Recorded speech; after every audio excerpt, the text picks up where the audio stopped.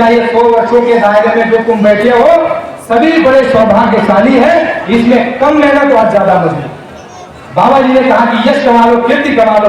गुरु महाराज ने बहुत सारे मौके और बहुत सारा प्लेटफॉर्म खोल करके दिया है, लेकिन बुद्धि जब बेच चुके हैं, बुद्धि जब ताक पर रख दिया, बुद्धि को जब गिरवी रख दिया, बुद्धि को जब मांस मछली अंडा शराब और बेईमानी का अन्न खा करके जब दूषित और उसको जो है नष्ट कर दिया, तो तुम्हारी हमारी बुद्धि काम करने वाली, कितना भी चिल्लाने वाला चिल्लाएगा, असर होने वाला एक ही बात कहेंगे, सत्संग अच्छा था, खाना अच्छा था और रात को देर हो गई।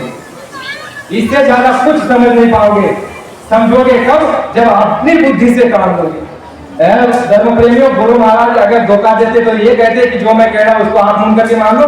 बाबा जी कह रहे बच्चा जो मैं तुमको कह रहा हूं अपनी बुद्धि से सोचो, समझो, उस पर चलो, और जब चलोगे तो तुमको अनुभव आएगा, और जब अनुभव आएगा तो दूसरे के कहने की जरूरत नहीं पड़ेगी, क्योंकि अनुभव ही कहते हैं कि गुरु होता है। लेकिन हमने गुरु की बात को माना नहीं, चले नहीं, इसलिए अनुभव आया नहीं। तो गुरु महाराज ने कहा जब तुम अपनी बुद्धि से काम लेने लग जाओगे तब तुमको सत असत, पाप पुण्य, अच्छा बुरा और गलत और सही की पहचान और परख होने लग जाएगी। तो बाबा जी ने कहा कि ये मनुष्य शरीर में सर्वश्रेष्ठ ये मानव तन जो देवी देवताओं को नहीं मिलता वो तुमको मिल गया। गुरु महाराज ने कहा ये अबकी बार मिला, ये दोबारा मिलने वाला लोगों में स्पष्ट गुरु महाराज सत्संग में कहते, गुरु महाराज ने कहा बच्चा जितना साफ सुथरा मैं कह रहा हूं इससे पहले किसी ने नहीं कहा। बच्चा अगर तुमने भजन नहीं किया तो ये मनुष्य शरीर अबकी बार मिलने वाला, ये बचने वाला नहीं है। अगर भजन करोगे और काम अधूरा रह गया तो अगला जन्म तुमको सत्संगियों के घर में दे दिया जाएगा, और जहां से तुम्हारी साधना हुई है उसके बाद से वो साधना तुम्हारी वहां शुरू। बाबा जी किसी जगह गए थे, कलकत्ता की कहीं पर गए थे, वहां पर जो है दो बाबा जी सो रहे थे और एक नए बच्चे आए और उन लोगों ने बाबा जी को जगाया और कहा कि बाबा जी हमको नामदान दीजिए। हमको तो बाबा जी ने जबरदस्ती दिया, लेकिन वो सामने से नामदान दे रहे हैं, तो बाबा जी ने उनको नामदान दिया और दिखाया हुआ ध्यान भजन।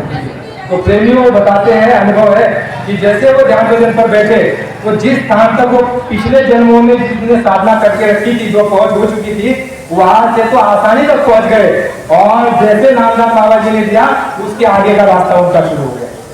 विचार करो, जैसे महात्मा ने कहा, गुरु महाराज ने कहा बच्चा इस बार जिनको मैंने नामदान दिया, सत्संग सुनाया, सभी इसमें पार होने वाले नहीं है, इसमें अधिकारी जीव पार होंगे जो पहले के जीव है महात्माओं के, जिन्होंने साधना किया, प्रेम किया, जिन्होंने तप किया, जिन्होंने संगत की सेवा की, जिन्होंने जो है साधन भजन प्रीत प्रति गुरु से किया, जो धर्म कर्म न्याय नीति सदाचार पर अपने जीवन पर रहे, बिल्कुल भी कैसी भी परिस्थिति आई ऊंच नीच, लेकिन उन्होंने अपने जीवन की मर्यादा को नहीं तोड़ा।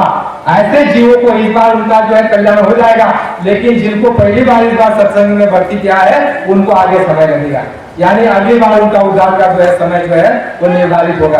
तो स्वामी जी महाराज ने यह कहा कि बच्चा सर्वश्रेष्ठ ये मनुष्य शरीर देवी देवताओं के लिए दुर्लभ, ये तुमको मिल गया। सर्वश्रेष्ठ ये भारत भूमि, इसमें तुमको हमको जन्म मिल गया। सर्वश्रेष्ठ ये मनुष्य शरीर में बुद्धि, जो बाबा जी ने कहा कि सबसे श्रेष्ठ बुद्धि तुमको दी गई है, जिसमें तुम अच्छा बुरा पाप पुण्य सही गलत की पहचान और फर्क कर सकते हो। वो भी कैसे? जब ईमानदारी की हक हलाल की कमाई खाओ। जय गुरुदेव, जय गुरुदेव। ईमानदारी मेहनत हलाल की कमाई का रोटी खाओगे तभी तुम्हारी बुद्धि काम करेगी, तभी समझ पाओगे सही गलत क्या है, अच्छा बुरा क्या है, पाप पुण्य क्या है, नीति अनीति क्या है, और हमारा स्वधर्म क्या है, और ये देश क्या है, और हमको करना क्या है। ये सब कुछ तुमको हमको तभी समझ में आएगा जब खान पान हमारा शुद्ध, नेक, ईमानदारी, मेहनत की रोजी रोटी हमारी होगी। बाबा जी ने कहा तभी तुम्हारी बुद्धि काम हो करेगी, सबसे श्रेष्ठ बुद्धि। उसके बाद स्वामी जी महाराज ने कहा दूसरा इस मनुष्य शरीर में अधिकार जो तुमको हमको मिला है, ये कर्म करने का अधिकार मिला है। गुरु महाराज ने कहा यह अधिकार किसी को नहीं। गुरु महाराज ने कहा मृत्यु लोक से लेकर के ऊपर तक, महाकाल लोक तक, इसमें से किसी को भी नया कर्म करने का अधिकार नहीं है। गुरु महाराज ने कहा इस सारी रचना में यदि कोई नया कर्म कर सकता है, अच्छा बुरा पाप पुण्य सही गलत, मार दो काट दो, सेवा करो, खिला दो, छीन लो, चपट लो, चाहे पाप करो चाहे पुण्य करो, बाबा जी ने कहा उसने तुमको अधिकार देकर के रखा है और कहा कि मैं तुमको रोकने और टोकने वाला नहीं हूँ, पाप करोगे तो तुमको जो है नर्क और 84 और गरीब बन जाओगे, अपाहिज बन जाओगे, लूले और लंगड़े बन जाओगे, दुखी रहोगे, दरिद्र बन जाओगे, नर्क में मारे जाओगे, काटे जाओगे, पीटे जाओगे, पशुओं में पंछी में कैद कर दिए जाओगे, घोड़े में, बैल में, बकरी में और सांप में, बिच्छू में, गोचर में डाल करके तुमको सजा दी जाएगी। किस कर्म से? पाप कर्म से। लेकिन उसने कहा कि पुण्य कर्म करोगे तो उससे तुमको सुख मिलेगा। कौन सा सुख? बाबा जी ने कहा कि पुण्य करोगे, देखो पुण्य की आवश्यकता बहुत होती है। गुरु महाराज ने कहा कर्मों में से सबसे प्रमुख अगर कोई कर्म है तो वह कौन सा है? पुण्य। कर्मों से और कर्मों में सबसे प्रमुख कर्म पुण्य है और पुण्यों में भी सबसे प्रमुख यदि कोई कर्म है तो जिसके लिए बाबा जी ने कहा कि भूखे को रोटी खिला देना और प्यासे को प्रेमियों करके देखना। इतना आनंद मिलता है, इतना आनंद मिलता है कि 56 भोग का भोजन जब आप करते हो उतना आनंद नहीं मिलता है। लेकिन कोई भूखा अगर दरवाजे पर आ जाए, कोई भूखा पड़ा हो, आप अपने रोटी निकाल करके अपना हिस्से का, अपने हक हलाल की कमाई, मेहनत, ईमानदारी की, बेईमानी की मत खिलाना। बाबा जी ने कहा बेईमानी की जिस किसी को खिलाओगे उसकी भी बुद्धि नष्ट हो जाएगी। खुद भी नहीं खाना, दूसरे को भी नहीं खिलाना। कि भूखे को रोटी और प्यासे को पानी पिला दोगे तो सबसे लाभ तुम्हारा पहला क्या हो जाएगा? तुमको एक आत्म शांति मिलेगी, बहुत शांति मिलती है प्रेमियों। दूसरा फायदा क्या हो जाएगा? गुरु महाराज ने कहा वही पुण्य प्रताप से तुमको अगला जन्म मनुष्य का मिल जाएगा। विचार करो प्रेमियों। और दूसरा गुरु महाराज ने कहा उसी पुण्य प्रताप से तुमको महात्मा मिल जाएंगे।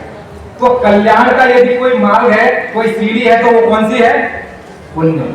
तो बाबा जी ने कहा सत्संग में, अरे बच्चा जब तक महात्मा न मिले तब तक पुण्य करो, पुण्य करो। पुण्य पुंज मिले ना संत, पुण्य पुंज बिन मिले ना संता, यानी पुण्य के पुंज के बिना तुमको संत महात्मा मिलेंगे नहीं। तो कर्मों में सबसे बड़ा जो है ये पुण्य है और पुण्यों में से सबसे बड़ा कर्म जो है ये भूखे को रोटी और प्यासे को पानी पिला देना है, जो तुम और हम ही कर सकते हैं। गुरु महाराज ने कहा तुमको कर्म करने का अधिकार और फल भोगने के लिए तुम प्रयत्न करो। तो स्वामी जी महाराज ने ये कहा कि किन किन शरीरों से, किन किन अंगों से कर्म होता है। गुरु महाराज ने कहा कि 5 कर्म इंद्रिया है, 5 ज्ञान इंद्रिया है, क्योंकि इससे बड़े सावधानी से रहना, बड़े सावधानी से कर्म करना। कर्म छूटने वाला नहीं है, चाहे सत्संगी हो चाहे संसारी हो, कर्म सबको लगने वाले हैं।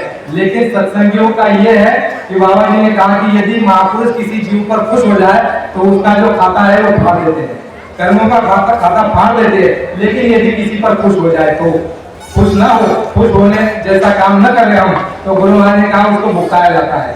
उसको जो है जन्म दिला करके ऐसे जगह जन्म दिया जाता है जहाँ दरिद्रता होती है, ऐसे जगह जन्म दिया जाता है जहाँ पैसों की कमी होती है, जहाँ बीमार रहेगा, जहाँ जंगल में डाल देंगे, यानी तुमको हमको भुगता करके ही वो जो है आगे का रास्ता साफ करते हैं। तो प्रेमियों कर्म प्रधान ईश्वर जी रखा, जो जस कर रही तो सफल रखा। तो स्वामी जी महाराज ने हमको आपको जो ये मूल चीजें बताई। गुरु महाराज ने कहा कि पहली चीज आपको मनुष्य शरीर मिल गया, भारत भूमि में जन्म मिल गया। तीसरी चीज आपको ऐसे महात्मा मिल गए जिनके बारे में पहले बहुत सारा लिखा गया।